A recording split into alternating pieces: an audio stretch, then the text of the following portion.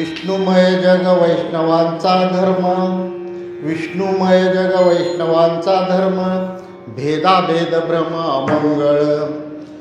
ऐका जी तुम्ही भक्त भागवत, कराल ते हित सत्य करा. ऐका जी तुम्ही भक्त भागवत, कराल ते हित सत्य करा. कोण्याही जीवाचा नगडो मत्सर, वर्म सर्वेश्वर पूजनाचे. ऐका जी तुम्ही भक्त भागवत, कराल ते हित सत्य करा. तुका म्हणे एका देहाचे अवयव, सुख दुःख जीव भोग पावे. ऐका जे तुम्ही भक्त भागवत, कराल ते हित सत्य करा. थोडक्यात आपण शब्दार्थ पाहू. वैराग्य शिरोमणी जगद्वंदे जगद्गुरु देहू निवासी तुकाराम महाराजांचा हा 4 चरणांचा उपदेशपर अभंग असून, उपदेश मात्र त्यांनी कुणाला केलाय तर संसारात नखशिकांत बुडलेल्या पामरासाठी उपदेश नाही, तर म्हणजे थोडक्यात सांगायचं झालं तर पूर्णपणे जे पामर आहेत त्या पामरांसाठी हा उपदेश नाही. मग कुणासाठी हा उपदेश आहे तर हा उपदेश दुसऱ्या चरणात समजत आहे. ऐका जी तुम्ही भक्त भागवत. मग भक्त भागवत कोण तर आपण हे जे आता ह्या मंडपाखाली आलो आहे, ह्या मंडपाखाली आलेल्या लोकांसाठी हा उपदेश आहे. पामरांसाठी उपदेशाचे त्यांचे अनेक अभंग आहेत, पण हा जो अभंग आहे तो हा अभंग खास हरिभक्त परायण आपण जे भागवत संप्रदाय आहे त्या भागवत संप्रदायाच्या लोकांसाठी हा उपदेश आहे. थोडक्यात आपण भावार्थ बघूया. आणि हा उपदेश करायची गरज आहे का तर गरज आहे. आपण पुढं विस्तृत अभंगाला ज्यावेळी विश्लेषण करू त्यावेळी बघू तर खरोखर आपल्याला गरज आहे का तर गरज आहे ह्या म्हणजे उपदेशाची. आणि मग पुढच्या चरणात ते काय म्हणतात की खरा वैष्णव कुणाला म्हणायचं. वैष्णवाचं इतर अंगानं वैशिष्ट्य बघण्यापेक्षा खरं वैशिष्ट्य त्याचं कोण तर ज्याचा द्वेष मत्सर गेलाय, तो द्वेष मत्सर गेलेला जो खरा वैष्णव आहे तो खरा वैष्णव आहे. आणि ज्याचा भेद निघून गेलेला आहे तो खरा वैष्णव आहे. आणि मग जर असा भेद जर राहिला तर त्याला त्यांनी उदाहरण सांगितलं पुढं शेवटच्या चरणात की जर शरीराला कोणत्याही शरीराच्या अवयवाला जर सुख किंवा दुःख वेदना झाली सहवेदना तर त्याचा संपूर्ण शरीराला आणि त्या शरीराच्या अनुषंगाने जीवाला त्याच्यावर परिणाम होते. म्हणजे शरीराचा अवयव जीव आणि ते शरीर आणि तो अवयव शरीर आणि जीव यात काही फरक राहत नाही. तद्वत न्यायानं जर जीवाला किंवा आपल्या ह्या शरीराच्या भागाला जर दुखापत झाली काय झालं किंवा मत्सरानं भेद झाला तर तो ईश्वराला पण भेद होते, त्या ईश्वराला त्याचा त्रास होते आणि ईश्वराला ती वेदना दिल्यासारखी होती. असा थोडक्यात ह्या अभंगाचा शब्दार्थ आहे. विस्तृत अभंगाला सुरुवात करण्यापूर्वी आपण त्या पांडुरंग परमात्म्याचं नमन करू. पांडुरंगा करू प्रथम नमन, दुसरे चरण संतांच्या त्यांच्या कृपादाने कथीचा विस्तारू. बाबाजी सद्गुरु दास कृपा, महायोग पेटे तटे भीमरत्या, परम पुंडरीकाय दातु समागत तिष्ठं समालकंदनम, परब्रह्मलिंगम भजे पांडुरंगम. विष्णुमय जग वैष्णवांचा धर्म, भेदाभेद भ्रम अमंगळ. ऐका जी तुम्ही भक्त भागवत, कराल ते हित सत्य करा. कोणाही जीवाचा न घडो मत्सर, वर्म सर्वेश्वर पूजनाचे. तुका म्हणे एका देहाचे अवयव, सुख दुःख पावे दुःख जीव भोग पावे. काय म्हणतात महाराज की मी सुरुवातीला सांगितल्याप्रमाणे हा जरी उपदेशपर अभंग असला तरी महाराजांनी जो उपदेश केलेला आहे तो उपदेश जड मूड पामरांना नखशिखांत बुडलेल्या संसारात बुडलेल्या लोकांसाठी नाही आहे. त्याचं हे आहे ज्वरलासी काढा औषध पाचन मुढा नारायण तैशापरे. म्हणजे त्या लोकांसाठी हा उपदेश नाही, त्यांच्यासाठी अनेक अभंग दुसरे महाराजांनी निर्माण केलेले आहेत. मग हा अभंग हा खास कुणासाठी आहे की हा अभंग तुमच्या आमच्यासाठी आहे. मग आता प्रश्न असा पडतोय की आम्ही पूर्णतः जरी संसार नाही टाकलेला नसला तरी काही अंशाने आणि आम्हाला समज आले की बाबा संसार हा दुःखमूळ आहे, संसारात काय बाबा स्वारस्य नाही, आणि म्हणून तर आपण मंदिराकडे आलो. आपलं गणपतीचं पूजन वगैरे सगळं आवरून कोणतंही कीर्तन चुकवलं नाही. का तर यात सुख आहे हे आपल्याला माहीत आहे आणि हा मार्ग आपल्याला चोखंदळ मार्ग आहे आणि हा खऱ्या अर्थानं हा मार्ग आपला सुखाकडे नेणारा आहे. मग असं असून सुद्धा महाराजांनी आपल्याला उपदेश करण्याचं कारण काय? ऐका जे तुम्ही भक्त भागवत असं का म्हणतात? भक्त भागवत आपल्याला म्हणलेलं आहे महाराजांनी. का म्हणतात असं? तर त्याचं कारण असं की महाराज काय मुद्दामून आपल्याला म्हणणार नाहीत. तर त्याचं कारण असं की विपतमार्गी लोक म्हणजे आपल्याच वैष्णव म्हणून समजून घेणारे काही पंथ आहेत आणि त्या पंथातल्या लोकांनी हा जो आपला खरा वैष्णव धर्म आहे ह्या वैष्णव धर्माला आपण इकडं तर म्हणतात ते आम्ही वैष्णव आहे, पण वैष्णव धर्माची जी वेदानं सांगितलेली जी काय म्हणजे पथ्य आहेत ती पथ्य न सांभाळता किंवा त्याच्या आपण मात्र कसं आहे माऊली काय म्हणतात वेद मार्गे मुनी गेलो त्याची मार्गे चाललो. पण हे मात्र हे लोक जे आहेत म्हणजे वैष्णव स्वतःला म्हणवून घेणारे पण अन्य मार्गाने जाणारे, आणि ह्यामुळं काय झाले की आपल्या धर्मावर थोडंसं म्हणजे जो खरा धर्म आहे तो बाजूला राहिला. आता आपण जो वैष्णव धर्म आहे तो वेदाला मानणार आहे, बुद्धीला मानणारा नाही. बुद्धीला मानणारे ते बौद्ध बुद्धिवादी. कारण आपल्या ज्ञानेश्वरीच्या पण आपल्या उपोद्घातात किंवा मंगलचरणात ओवे आल्या की बौद्ध मोत संकेत तो एके हाती दंतू तो स्वभावता खंडितू बौद्ध मोत संकेतू वार्तिकांचा. म्हणजे त्याला कनी मोडलेल्या जाताचं बुद्ध मताला हे दिलेलं आहे, स्थान दिलेलं आपल्या माऊलीने. तर आपला मात्र मार्ग कसा आहे की वेद मार्ग आहे आणि वेद मार्गानंच मुनी गेलेत आणि त्या मुनी जे गेलेत त्याच मार्गाने हे संत लोक चालले. मग काय अशी काय अडचण आली की उपदेश करायची पाळी आली?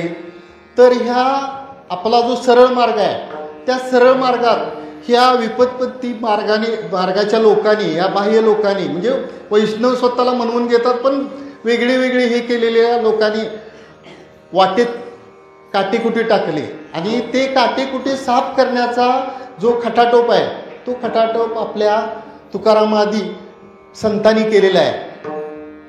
झाडू संतांचे मार्ग. मी सांगायचं विसरलो, आम्ही वैकुंठवासी आलो याची कारणाशी अशी सुरुवात आहे. कारण आम्ही कशासाठी आलो तर हे जे मागच्या जे ऋषीमुनींनी जे मार्ग सांगितलेला वेद मार्गे मुनी गेले तर त्या मार्गात जे अडथळे आलेत ते अडथळे किंवा तो कचरा साफ करण्यासाठी आम्ही आलोय. आम्ही वैकुंठवासी, आम्ही इथले नव्हे, आम्ही वैकुंठवासी. पण ह्या कारणासाठी आलो. कशासाठी? तर जसं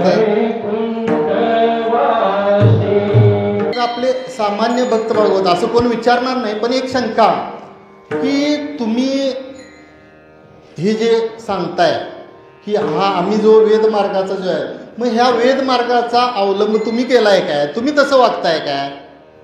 असा कोणतरी तुकाराम महाराजांना प्रश्न करील. असा कोण करणार नाही. तुकाराम महाराजांना प्रश्न करणारा असा कोण नाही आहे, पण एक शंका म्हणून विचारली. एक छोटासा दृष्टांत सांगतो. श्रावण महिन्यात पुराण चालू होतं आणि पुराणिकानं काय सांगितलं की श्रावण महिन्यात वांगी खाऊ नये.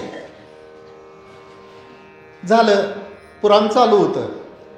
द्वादशीचा ज्यावेळी दिवस आला त्या दिवशी एका ताईनं त्या पुराणिक बुवांना जेवणाचं आमंत्रण दिलं. आणि जेवणाचं आमंत्रण दिल्यानंतर आत पात्र वाढल्यानंतर असा घमघमाट मसाल्याचा असा यायला लागला. आणि मग पुराणिकांच्या बरोबर एक 4-5 जण बसले होते आणि पुराणिक बसले होते. मग त्या महिलेनं काय केलं, ताईनं सर्वांना मसाले वांगी वाढली आणि त्या पुराणिकाला मात्र बटाट्याची चटणी करून वाढली. त्यांच्या तोंडाला पाणी सुटलं आणि त्यांनी न राहून, पुराणिक जरा म्हणजे हेच होता रंगेल, त्यानं विचारलं, मला ताई, मला का मसाले वांगी वाढली नाही सा? तर तुम्हीच रात्री पुराण सांगत असताना सांगितलं की श्रावण महिन्यात वांगी खाऊ नये. तर असू दे म्हणले, वांगी खाऊ नये असं मी सांगितलं, थोडा रस्सा वाढला तर चालतंय वांग्याचा. ती बाई बिचारी आली, तिनं पातेलं असं घेतलं आणि पातेलं वाकडे केल्याने त्याला लावली पळी. पळी लावल्यानंतर दोन्ही बाजूनं असं रस्सा खाली सांडायला लागला आणि त्या पळीच्या 2 बाजूला 2 वांगी तटली. वांगी तटल्यानंतर ते पुराणिक म्हणले, बाई, ती वांगी माझ्या पात्रात यायची बघायला लागल्यात आणि तुम्ही का त्यांना तटवून धरले, सोडा खाली. तर संत महात्मे असे होते काय, संतांनी आधी आपला अनुभव घेतला. म्हणजे लोकासंगे ब्रह्मज्ञान, आपण कोरडी पाषाण, अशा प्रकारचे संत नव्हते. संतांनी आधी अनुभव घेतला त्या गोष्टींचा. विष्णुमय जग वैष्णवांचा धर्म. विष्णुमय ह्या पदाबद्दल जरासं नंतर बघू. वैष्णवांचा धर्म, तर हे धर्मावर थोडंसं आपण 1-2 वाक्यात बोलू. धर्म 3 प्रकारचा आहे. एक क्रियाप्रधान, दुसरा भावनाप्रधान आणि तिसरा ज्ञानप्रधान. क्रियाप्रधान म्हणजे काय की आपल्या वाटेला जे कर्म आले ते कर्म निष्कामतेनं करणं, ह्याला क्रियाप्रधान धर्म म्हणायचं. ब्रह्मचर्य भोकावी अक्षरे, म्हणजे ब्रह्मचर्य व्रतात त्यानं अभ्यासच करावा, दुसरं काय करू नये. समजा ह्याचं आपला जो ह्याचा आश्रम आहे, गृहस्थ आश्रम, गृहस्थ आश्रमात आपला संसारच अगदी विहित कर्म करून आपला संसार करावा, हा सांगितला कर्मप्रधान. म्हणजे थोडक्यात कर्म सांगितलं. आता दुसरा सांगितला भावनाप्रधान. भावनाप्रधान म्हणजे शिवलिंग आहे किंवा आपला तो सजन कसायचं ते काय होतं ते शाळीग्राम, हे शाळीग्राम शिवलिंग ह्याची षोडशोपचारे पूजा करणे, हा जो धर्म आहे, हा धर्म कुणाचा आहे तर हा भावनाप्रधान धर्म आहे. म्हणजे थोडक्यात उपासना आहे ती. आणि शेवटचा जो आपल्याला ज्याकडे जायचा आहे तो ज्ञानप्रधान आहे. ज्ञानप्रधान म्हणजे कसं की जग आणि भेदाभेद, म्हणजे जग आणि देव किंवा मी आणि तू ह्याच्यामध्ये अभेद पाहणे, हा खरा ज्ञानप्रधान धर्म आहे. आणि त्या ज्ञानप्रधान धर्मानंच जर गेलं तर हे वरचे जो 2 जे क्रियाप्रधान आहेत आणि भावनाप्रधान आहेत त्या धर्माच्या खऱ्या अर्थाने होईल. म्हणजे आपल्याला एक मौलीनी दृष्टांत दिला आहे की भुकेला आहे, आंधळा आहे आणि तो अन्नाच्या एका घासासाठी धावतोय. हां तर तो धावतोय आणि त्याच्या पायाला चिंतामणी लागला, ठेचकळला, पण तो ठेचकळून पुढे निघून गेला. कशामुळे झालं हे तर ज्ञान नसल्यामुळं झालं. अशा त्या बऱ्याच ओव्या दिलेल्या आहेत की जर ज्ञान आपल्याकडे नसेल तर आंधळेपणाने केलेला कारभार चुकीचा असतोय. मी परवा गोकुळाष्टमीच्या वेळी पण सांगितलं की रज्जू सर्पाचा दृष्टांत कायम देतात. तिथं पहाटेच्या वेळी काकड्याला एक गृहस्थ आला. आल्याबरोबर आतल्या महिलेनं सांगितलं, लुटून काढणाऱ्या महिलेनं, थांबा थांबा म्हणले, आत येऊ नका. तर म्हणले का, तर पायरीवर तिथं काय तर लांबडा आहे आणि आत येऊ नका. त्या ग्रहस्थ पाठीमागे गेला. त्याने शेजारच्या गोट्यातली, आता ह्या तोरसकरांच्याच गोट्यातली म्हणा, काठी आणली. काठी आणल्याने तो तिथं काठी घेऊन उभारला.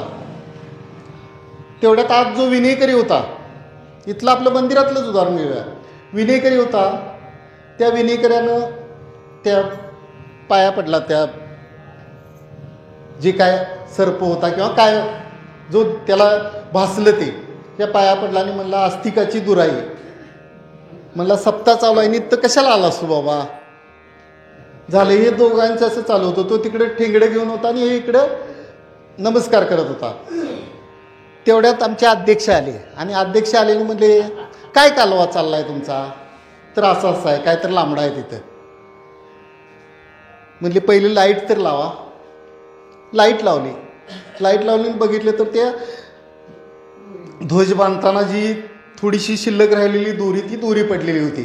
मग इथं कर्माचा उपयोग झाला काय, नाही झाला उपयोग. उपासनेचा उपयोग झाला का, नाही उपयोग झाला. इथं ज्ञानाचाच उपयोग झाला.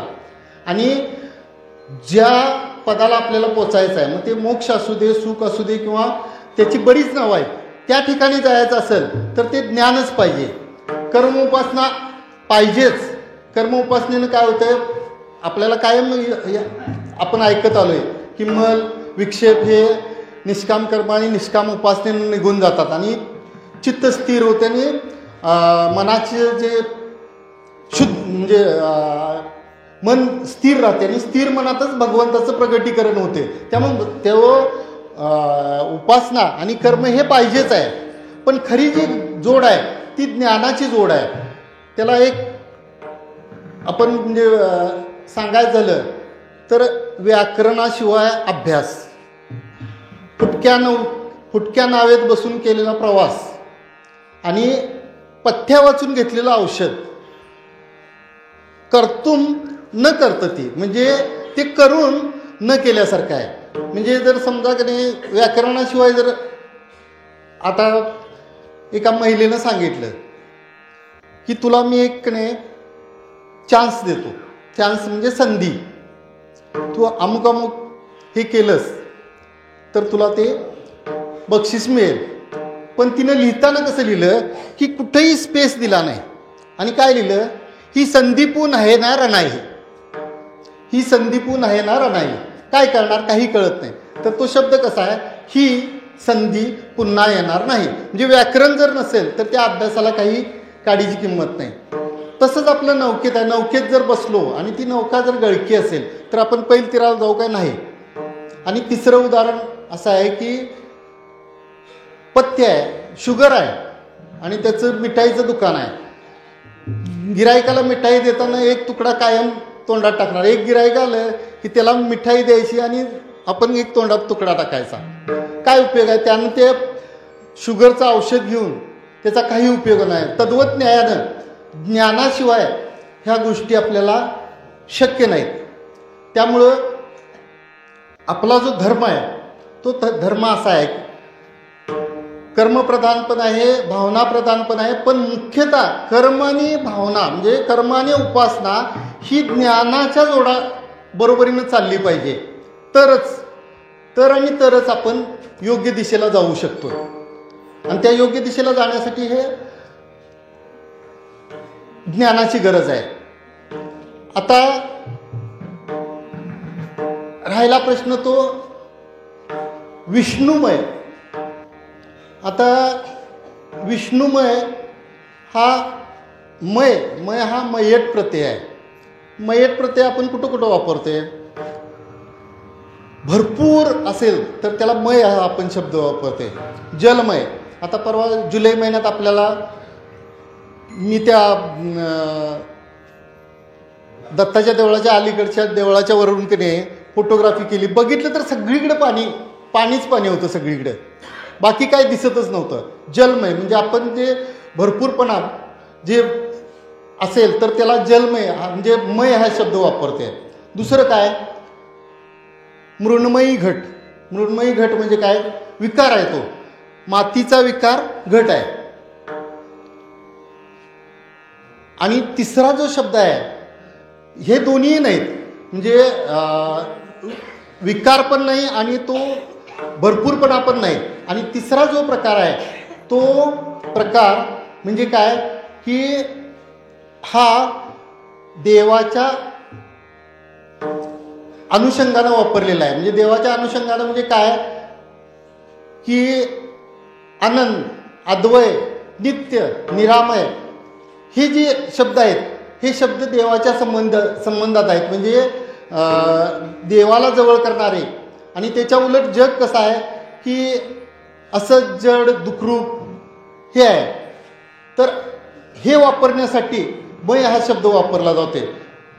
आनंद, अद्वय, नित्य, निरामय. हा मय प्रत्यय कशाला लावला तर विष्णूला लावला. विष्णूचं फोड कशा आहे, वेवेष्टी इति व्याप्नोती. वेवेष्टी इति व्याप्नोती म्हणजे काय की हा संपूर्ण जगाला व्यापून उरलेला जो आहे तो विष्णू आहे. विष्णुमय म्हणजे संपूर्ण व्याप्त असा जो परमात्मा आहे तो व्याप्त परमात्मा आहे. मग ते संपूर्ण परमात्मा व्याप्त आहे म्हणल्यावर विष्णुमय जग आहे. विष्णुमय जग वैष्णवांचा धर्म आणि हाच खरा वैष्णवांचा धर्म आहे.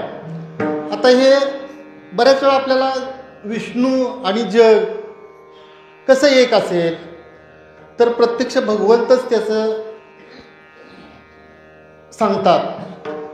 सोनियाचे मणी सोनियाचे सुती उविले तैसे मे जग धरिले सबाई अभ्यंतरी. म्हणजे सोन्याचंच मणी, सोन्याचाच दोरा आणि त्या सोन्याच्या दोऱ्यात ते गुंफलं. तसं जग मी म्हणजे प्रत्यक्ष भगवंतानी पण सांगितलंय की जग आणि मी काय दुजा नाही, मी आणि जग एकच आहे. विष्णुमय जग वैष्णवांचा धर्म. अजूनही आपल्याला शंका येते की असं कसं असेल तर जल आणि तरंग भिन्न नाही, घट माती भिन्न नाही. तसंच सोनं आता सांगितल्याप्रमाणे सोनं आणि अलंकार भिन्न नाहीत. त्या पद्धतीनं किंवा अगदी आपल्या शास्त्रीय भाषेत बोलायचं झालं तर अध्यस्त पदार्थ हा अधिष्ठान रूप असतोय. सापाला स्वतंत्र सत्ता नाही. दोरी दिसल्यानंतर साप गेला कुठं तर ती दोरी होती म्हणून साप दिसला.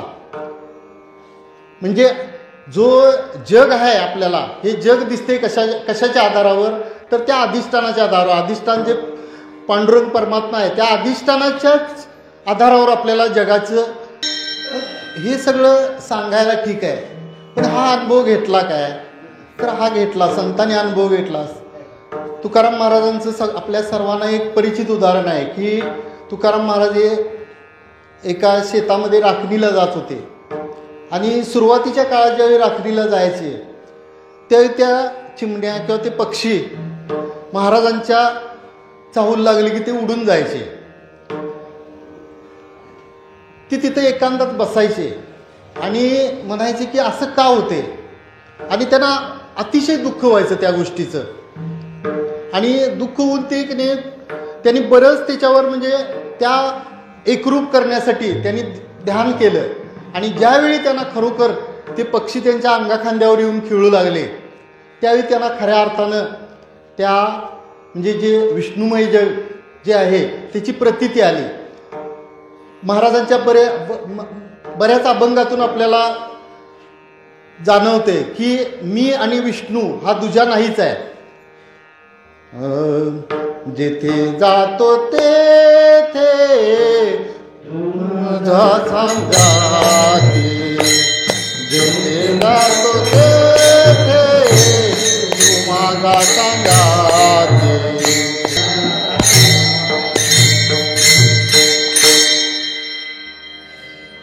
पहिल्या चरणातला आपण विष्णुमय जग वैष्णवांचा धर्म थोडक्यात आपण बघितलेला आहे. यापेक्षा सुद्धा वेगळा अर्थ असू शकतोय. विष्णुमय जग वैष्णवांचा धर्म. पुढे काय म्हणतात महाराज, भेदाभेद भ्रम अमंगळ.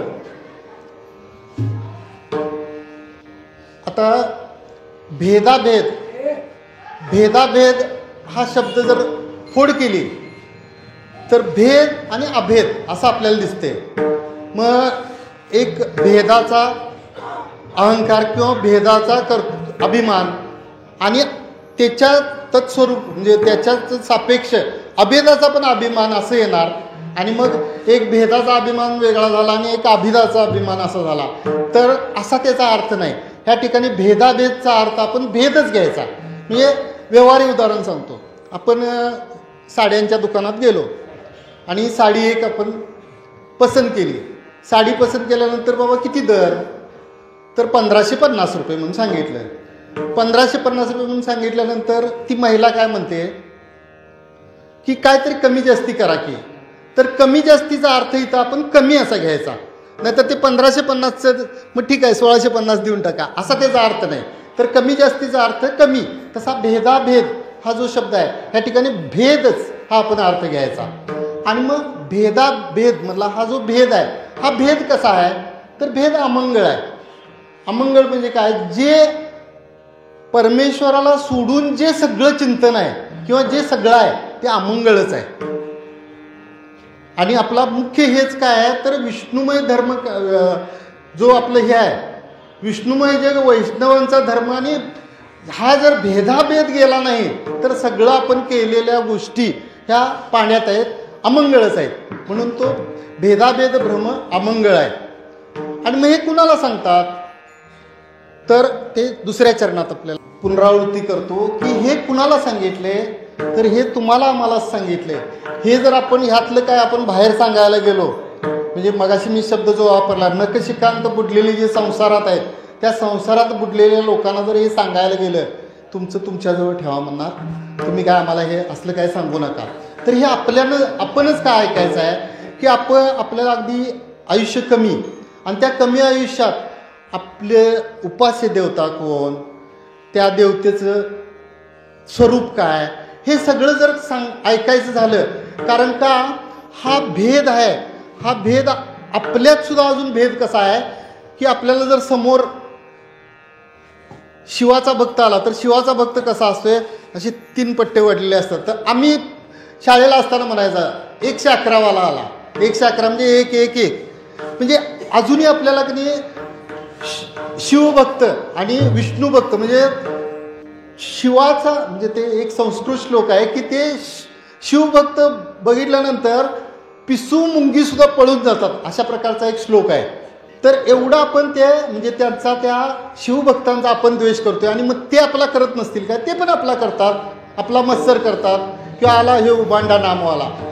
पण प्रत्यक्षात कसं आहे, हरिहरा भेद, साखरेपासून जशी गोडी वेगळी करता येत नाही तसा हरीपासून हर वेगळा करता येत नाही. कारण ते दोन्ही एकमेकाचेच हे आहेत. कारण विठ्ठलाचा जो प्रथम भक्त कोण असेल तर शंकर आहे. आणि विठ्ठलानं आपल्या शिरावर धारण केले त्याला. इतकंच काय, तर ज्यावेळी समुद्र मंथनात विष प्राशन केल्यानंतर शंकरांना जो दाह निर्माण झाला, तो दाह शमवायचं काम आपल्या विठ्ठलानं केलेलं आहे. त्यामुळे विठ्ठलाचं अंग काळं जरी आपण म्हणत असलो तर काळसर निळसर असं झालेलं आहे. तो सगळा दाह त्यानं आपल्याकडे खेचून घेतलेला आहे आणि शिवाची शांती केलेली आहे. तर ह्या हरिहरामध्ये भेद नाही आहे. आणि हेच आपल्याला कधी पहिल्या आणि दुसऱ्या चरणात सांगितलंय की विष्णुमय जग वैष्णवांचा धर्म, भेदाभेद भ्रम अमंगळ. जे भेदाभेद करणारे आहेत ते सगळे अमंगळच आहेत. आणि अमंगळ म्हणजे पूर्ण देवाला सोडून आहेत, त्यांनी देव न करण्यातलाच प्रकार आहे. आता एक थोडासा आपण दृष्टांत सांगतो. दृष्टांत म्हणजे असं घडलेला दृष्टांत माझ्या बाबतीतला आहे असं सांगतो की सगळेजण म्हणतात की कमी वेळेत यांनी जराशी प्रगती केली. तर प्रगती केली म्हणजे काय झालं की बस अशी फास्ट निघाली होती आणि त्या पळत्याल्या बसमध्ये ही दोघं होती, बाजीराव महाराज आणि शिवाजी महाराज. माझ्यापेक्षा वयाने लहान आहेत पण ते कधी मला गुरुस्थानी आहेत, अगदी बापूसाहेब सुद्धा गुरुस्थानी आहेत मला ही लोक.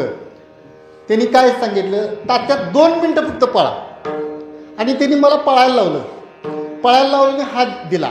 तो हाताची पकड एवढी घट्ट होती आणि ते जे हात धरून जे एकदा म्हणले आत या आणि हाताला धरून जी पकड धरून जी आत ओढली ते आत खेचून घेतलं. आणि त्यामुळं चालत्या बसमध्ये ह्यांना मात्र पूर्वीपासून बरेच कष्ट झालेले आहेत. मला आयत्या पेटावर रांगोळ्या काढायची म्हणजे संधी मिळाली. त्या बसमध्ये फक्त पहिले एक 5 मिनटं मला म्हणजे ते बस पकडण्यासाठी धावपळ करायला लागली. पण एकदा ती पकड घट्ट धरल्यानंतर त्या पकडीवर विश्वास ठेवला मी आणि आत आलो. पुढं मला महत्त्वाचं सांगायचं आहे ते हरिपाठ आला, झालं काय समाधान. काकडा आला, झालं काय समाधान. प्रवचन करता आलं, झालं काय समाधान. मोडकं तोडकं आता कीर्तनाला उभारलो, खऱ्या अर्थानं पारमार्थिक प्रगती झाली काय.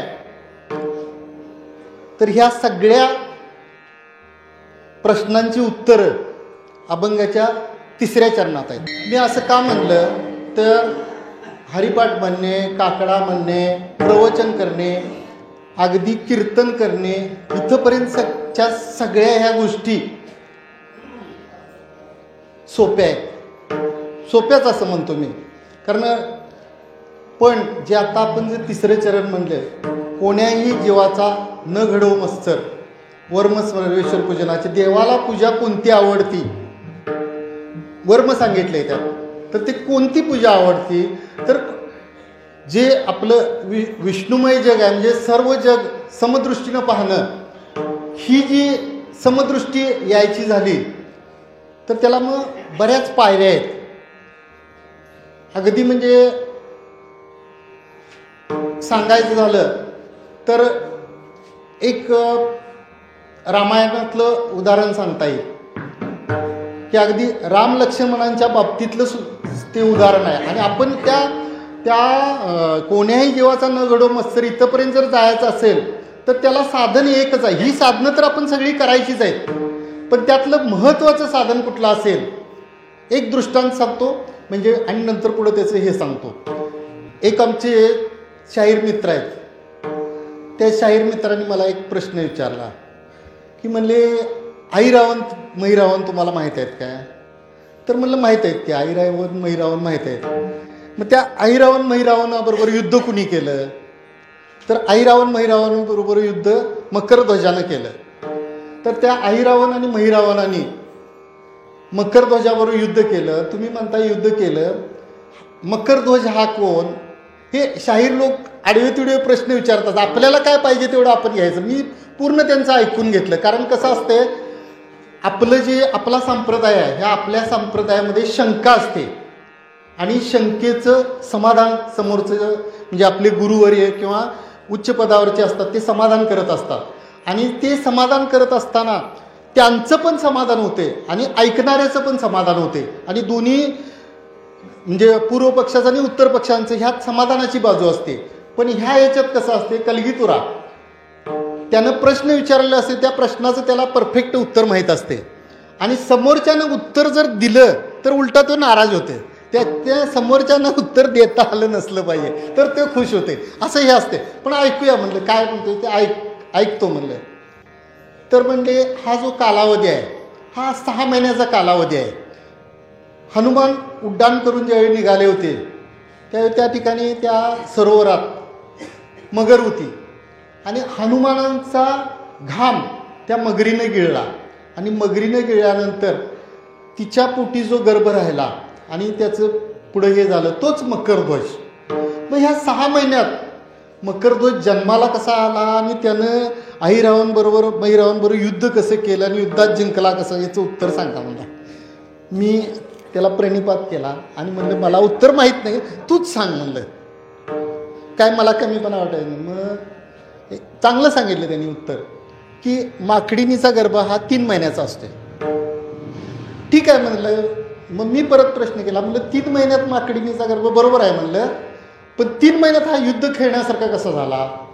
तर आपल्याला सगळ्यांना हनुमंतरायांची जन्मकथा सगळ्यांना माहिती आहे. हनुमंतराय ज्यावेळी जन्माला आले त्यावेळी सरळ ते तांबडं फळ कसलं दिसते म्हणून सूर्याला गिळायला गेले. त्यांचाच पुत्र. मग तो कसा असणार शूरच असणार. पूर्ण ऐकलं मी. बरोबर आहे म्हणलं तुमचं.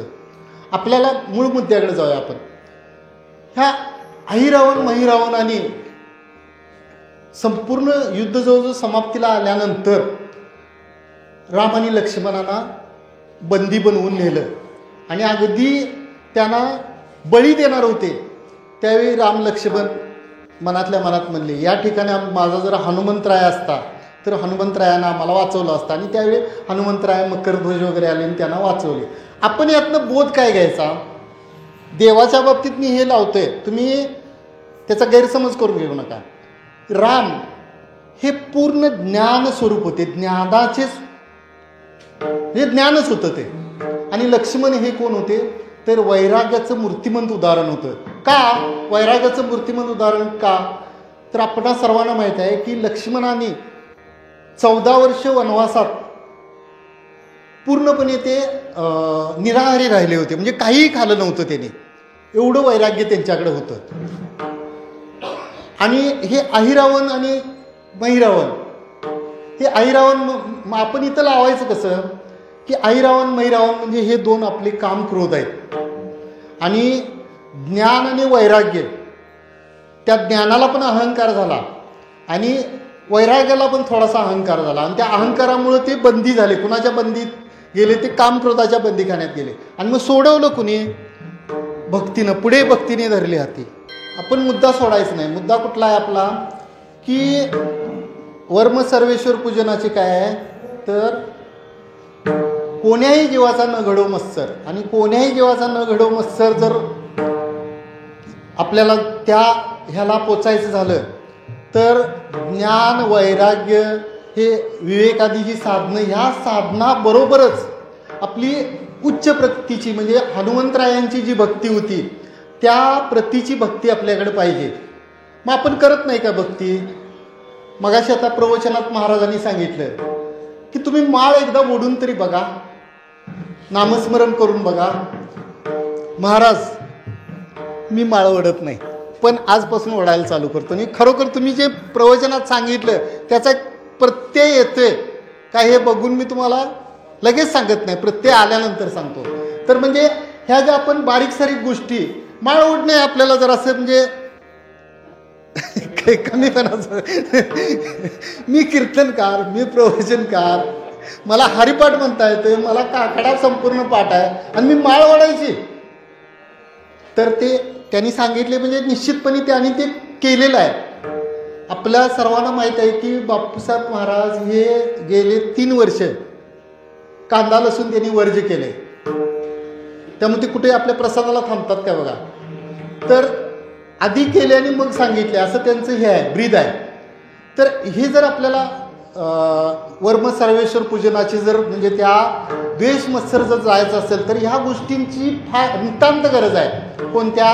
की वैराग्य आणि हे ज्ञान तर आहेच, पण जी भक्ती जी आहे ती भक्ती आपली म्हणजे अगदी भावयुक्त भक्ती झाली पाहिजे.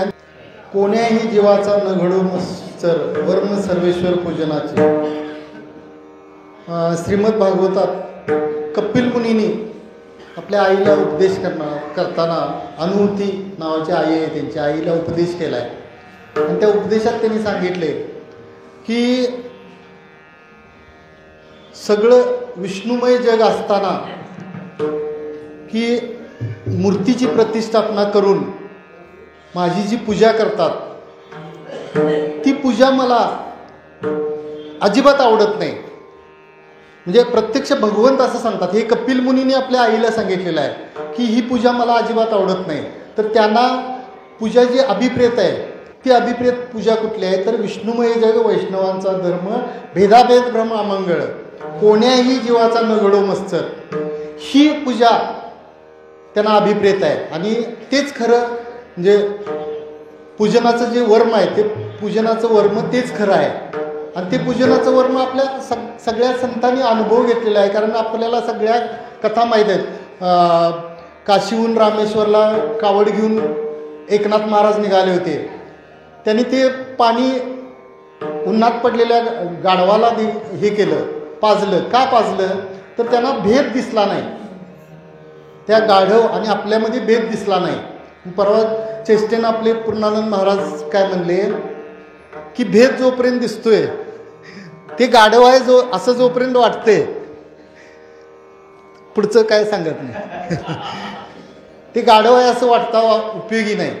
पूर्णानंद महाराजांनी सांगितलं, मी नाही म्हणत, कारण आपल्याला अजून दिल्ली बहुत दूर आहे. आपण हे बोलायला, सगळं बोलायला फार परमार्थ सोपा आहे, प्रत्यक्षात कृतीमध्ये आणताना इतका सोपा नाही येतो. पण होईल. ढाळे ढाळे किहुतीने एक वेळे. आपण काय संत नाही, उचपलं ना सरिसा पक्षी फळाशे झोंबे तैसा. आपल्याला तेवढी आपल्याकडे ताकद नाही, पण हळू ढाळे ढाळे किहुतीने एक वेळे. त्या मार्गाचे नाही बळे. कदाचित पुढचा जन्म मिळेल, त्याच्या पुढचा जन्म मिळेल, पण आहे, आपण त्या मार्गावर आहे. एवढं पण काय नाराज व्हायची गरज नाही. शेवटच्या चरणात महाराज काय म्हणतात, तुका म्हणे एका देहाचे अवयव सुख दुःख जीव भोगा पावे. दृष्टांत आपल्याला माहित आहे सगळ्यांना, उगाच आपल्या गोष्टीकडे जायला नको, की आपल्या शरीराला, कुठल्याही शरीराच्या भागाला जरी आपल्याला इजा झाली, मग चांगली होऊ दे किंवा वाईट होऊ दे, ती जी संवेदना आहे, ती संवेदना आपल्या संपूर्ण शरीराला आणि जीवाला होती. तद्वत न्यायानं मगाशी मी जसं सांगितलं की विष्णू जो आहे हा व्याप्त आहे, आणि त्यामुळं जे काय आपल्याला जे हा भेदाभेद जो आहे, त्या भेदाभेदाची इजा त्या पांडुरंग परमात्म्याला होणार आहे. आणि त्या पांडुरंग परमात्म्याला जर ती इजा होऊ नये असं वाटत असेल, तर त्या पुढं कपिल मुनीनं आपल्या आईला पण सांगताना सांगितले की ही जी म्हणजे पुढं त्या भगवत पुराणमध्ये पूर्ण एक अध्याय तो आहे की त्या जे एकमेकाचा मत्सर जे करणारे आहेत, तो मत्सर केल्यानंतर देवाला किती यातना होतात ते त्यात सांगितलेलं आहे. कारण का तर देव भक्त आणि भक्त म्हणण्यापेक्षा जग आणि देव हे वेगळं नाहीच आहे. असो, मी सुरुवातीला अभंग ह्याचा घेणार होतो की पण हे आपले बाप्पू महाराज काय म्हणले की तो अभंग एकतर जागराला घ्यायला पाहिजे किंवा काल्याच्या दिवशी घ्यायला पाहिजे, म्हणून हा अभंग निवडला. आपला जो आहे आता आहे हा वामन जयंतीचा सप्ताह आहे, आणि ते ह्या वामन जयंतीच्या निमित्तानं आपला हा सप्ताह चालू आहे. मागच्या बऱ्याच वक्त्यांनी थोडक्यात सांगितलेलं आहे. उद्या आणि परवा पण आपल्याला बाजीराव महाराज, शास्त्री महाराज वामन जयंती निमित्त सांगतील. फक्त एक वामनाचा जो अवतार आहे तो बळीच्या अनुषंगाने आलेला आहे, आणि त्या बळीचा आजोबा प्रल्हाद, भक्त प्रल्हाद, महान वैष्णव भक्त प्रल्हाद, ह्या प्रल्हादांचा एक श्लोक आहे भक्तीच्या संबंधातला. श्रवणम कीर्तनम विष्णुस्मरणम पादसेवनम अर्चनम वंदनम दास्यम सख्यम आत्मनिवेदनम. त्यांनी ह्या एका श्लोकामध्ये 9 भक्ती सांगितलेली आहे, आणि त्याच्या पुढं मग नारद भक्ती सूत्र तिथूनच झालेत. प्रत्येकाचं एक एक वाक्यात थोडक्यात सांगतो. श्रवण म्हणलं की आपल्या डोळ्यासमोर परीक्षित राजा येते, आणि एका आठवड्यात त्यांनी आपली मोक्षप्राप्ती करून घेतली. सगळ्यांना माहीत आहे ती कथा. आणि एवढ्या कमी कालावधीत मोक्षप्राप्ती करून येणारे एकमेव आहेत. अपवाद त्याला एक खटवांग राजाचा आहे. त्यानंतर कीर्तन जे आहे त्या कीर्तनात नाव घेतलं जाते ते शुक महाराजांचं घेतलं जाते. आता शुकासारखं वैराग्य कोणाकडेही नाही, आणि एवढे मोठे ज्ञानी आणि वैराग्यवान, पण त्यांनी कीर्तनाचा अंगीकार केला. कारण का की कीर्तनाच्या ह्याच्यातूनच भक्तिरस आहे, आणि त्या भक्तिरसाच्या माध्यमानं आपल्याला देवाकडे जाता येते. श्रवणम कीर्तनम अर्चनम विष्णू स्मरणम. तर हे स्मरण, सतत देवाचं नित्य स्मरण, त्याच्या बाबतीत एक हे आहे की स्मरणाच्या बाबतीत आपल्याला एक श्रोते वक्ते पाहते, म्हणजे एकाच त्या ह्याच्यात काय सांगितले की ह्या स्मरणाच्या ह्याच्यातनं कोण ह्यातनं मुक्त होते. श्रोते तर होतातच, वक्ते होतात, पाहते म्हणजे पाहणारे, आपण ह्या कीर्तनात हे सगळं लागू पडते. दुश्चिते म्हणजे दुष्ट भावनेनं बाबा काय सांगतोय हो, दुश्चिते बरोबर आहे ना, असाच त्याचा अर्थ ना, दुश्चिते. तर ह्या सगळ्यांचं कशामुळं होते तर स्मरणामुळं त्यांचं मोक्षपदाला जाऊ शकतात. विष्णू स्मरणम, पादसेवनम, अर्चनम.